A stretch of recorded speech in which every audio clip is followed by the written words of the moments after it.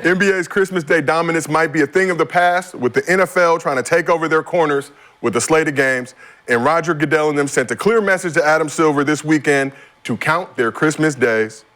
So Sunday, Netflix announced there will be a Beyonce concert on Christmas, which will also include a football game as an added bonus. Beyonce concert with football, yeah. There's a Beyonce concert with a football game as an added bonus. On Netflix? They're gonna get it right, Gil. I don't think so. This is gonna be horrible. So Beyonce will perform during halftime of the Ravens-Texans game in Houston, which is scheduled to air during the Sixers-Celtics game. Can y'all know which game you'll be watching? But I don't know. And yes, we did see with the Jake Paul might be watching all shit. He getting DNPs. What the fuck I'm gonna watch for? Hey, fair. And we will not watch with you in support. We will not watch with you. Fuck, man, let me stop. You watch to get mad. You know you watch to get mad. No. I don't watch. Listen, I haven't watched the last few games. You have not missed anything. No, I have not missed anything. So. But like I mentioned during my Celtics, Jake Paul, Mike Tyson fight, I think did a peak of 65 million viewers, had 60 million viewers total. There were some streaming issues. Of course, you know, some of us had to find ulterior methods. Antonio Brown. You know. Shout out to Antonio Brown. On Twitter. How good is the Texans? They're okay. They just beat the dog shit out the sorry-ass Cowboys. Killed them. Like Lamar Jackson. What game is it? The Texans versus who? Lamar Jackson and the Ravens. Oh, shit. Yeah. Hard. Well, they're going to get an influx of viewers just to see Beyonce. Texans currently first in the AFC South, 7-4. That's going to be a So am I. Ravens currently second in the AFC North, 7-4. It should have been a better team, though. But we got Beyonce halftime show. Yeah. What I'm saying is, if you're worrying about viewership, then there's just certain days that should be mobile for you, right? It should be you should have a mobile schedule for this. You shouldn't preseason, when this schedule comes out with June, July, right? You shouldn't automatically have teams on Christmas. Well, they normally Thanksgiving and Christmas. So it can move based on. So you can move based on what's popping. So they're trying to compete with the NBA. So they got. No, I know them. Yeah, I'm talking about the NBA. This is the first time they've. Oh, you think the NBA should have flex scheduling? No, it's like it's the last couple years. Yeah. So if Christmas falls on a Saturday, Sunday, usually they'll do it. Okay. Christmas on a Wednesday this year. Yeah, so they reach. NFL doing games on Wednesday. So they reach and trying to compete. Yeah, that's a reach for sure. Like game Wednesday? one. That's a reach. Spurs versus Knicks. Yeah, don't nobody care about it. Like, that's Knicks, so we already said Knicks versus should have been somebody else. Timberwolves. This is the first time they're going to be playing. Like, those are the things you need to do. Like, this should be the first time they play, and you put that game 9 o'clock in the morning. Everyone's watching because they want to see what happens. Put it in Madison Square Garden. So, like, have all the Christmas games like TBD. Yeah. So like a month of the season. Mavs versus, that should have been the Golden State game when Clay went back to Golden State. That should have been that game. Right? Boston versus Philly. I don't mind it. Okay, good. I don't mind that one. Lakers versus Warriors? No, Lakers versus Suns. And don't let the Lakers play at home? Lakers versus, like that should be Lakers versus Suns. Everybody, like they're two players at the same small forward position that moves the power forward. They're both about to be done pretty soon. Yeah. Let us see that. Yeah. Right? That's like putting Magic and Bird and what's the last game in 91 together. Let the world see the ending of these two titans. That's what you put on Christmas. This could be the last, like, I don't know if you guys are thinking, there's only a few more Christmases that Bron's gonna be here and KD. You might as well milk the fuck out both of them on Christmas. Like he was doing Kobe and LeBron. And then you got Nuggets Suns to round out the They can never be in the finals. This can never be a finals matchup basketball game. Nuggets Sun is a good basketball. It's a good basketball game, but it's not a good viewership coming on at 10:30 Eastern, 7:30 Pacific. Yeah, so you already people gonna be sleep food comas on the East Coast. Yeah. 9 o'clock we'll play Dallas or something. Nuggets. Who? Nuggets? I want to see it. I want to see. Minnesota should have put. I'm saying you could have put Minnesota, Denver, Minnesota, Knicks. You could have been Philly. If Embiid was healthy, Philly against let the two Titans go at it. That'd be hard. So you got to think like even with the football. I throw LaMelo, the Hornets. I'm doing Ravens versus Chiefs. Yep. That's my Christmas game. Instead of them playing first game of the season. First game of the season. You knew you had this game. You knew you wanted to schedule this game on Christmas. Yeah, you gotta. Why not put them on the first game of the season when neither one of them are? Got their shit Greg, together. what do you think about the NFL having Beyonce do a halftime show on Christmas? I'm looking During the forward NBA. to it. Okay. I'm a Beyonce fan. I already right, been to well, like turn 3 up. concerts, so right. I'm gonna be watching. You gonna be watching that? You're not gonna be watching. You're not gonna be watching the Sixers Celtics.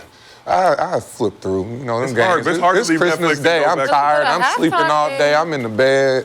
Is it going to be a longer halftime? I think they'll probably Regular extend it a game little bit. halftimes are pretty I short. think they're like 15, but they'll probably spend it. Because or the Super Bowl to 20. halftime is mad long. I ain't gonna lie, I wasn't like I listened to Beyonce because she was with Jay-Z when they was doing the little songs, and then she was. They're little she was, songs. yeah, little songs. Like when they was in DC and I did something with her. It was You did. community service.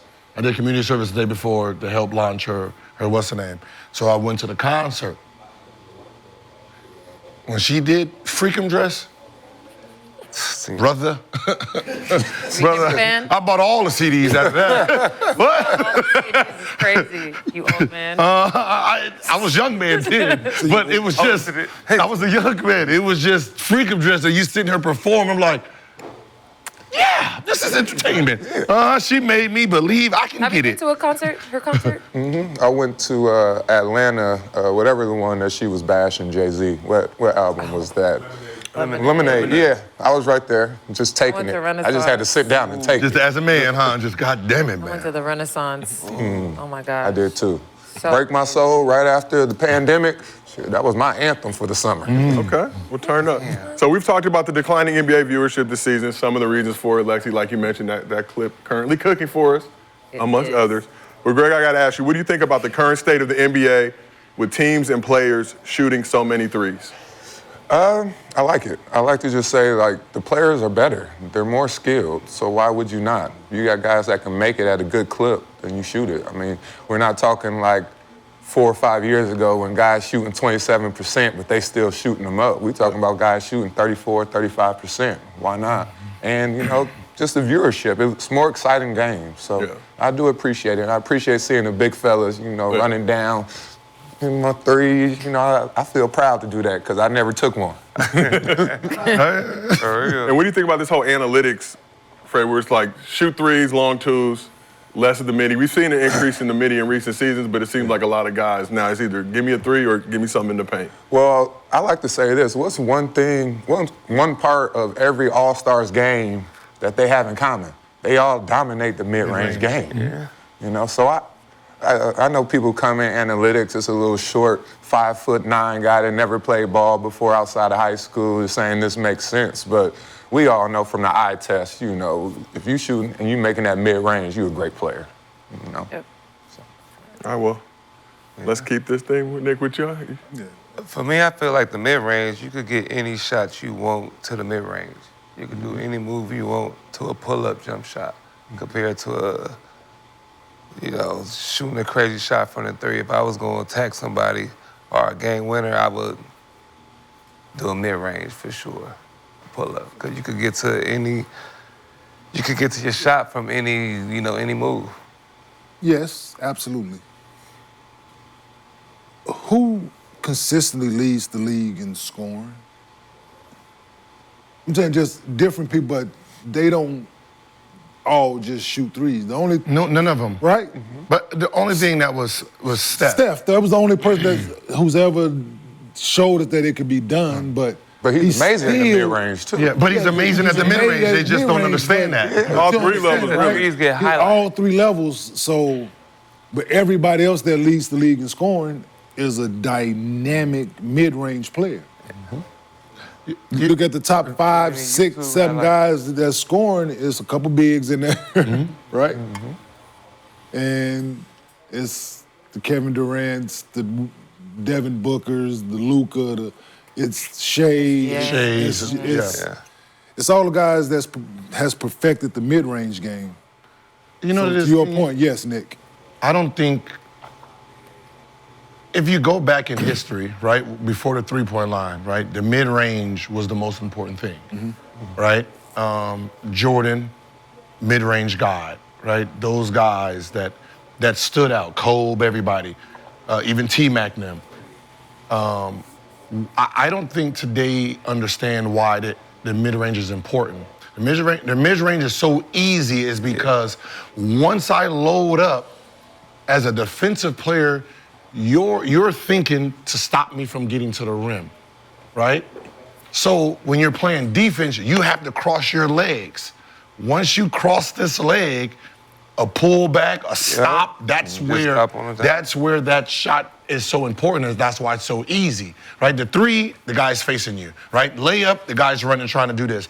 But if you make him turn his body, that's where the pull-up happens at. Off guard. Because you have to react once somebody drives, and I don't think they understand that concept. Like, you have to cross your legs to actually stop me from getting to the basket. Once you do that, that's when I pull up. Real talk. All right, well, let's keep this thing moving. While we're on the subject of the NFL taking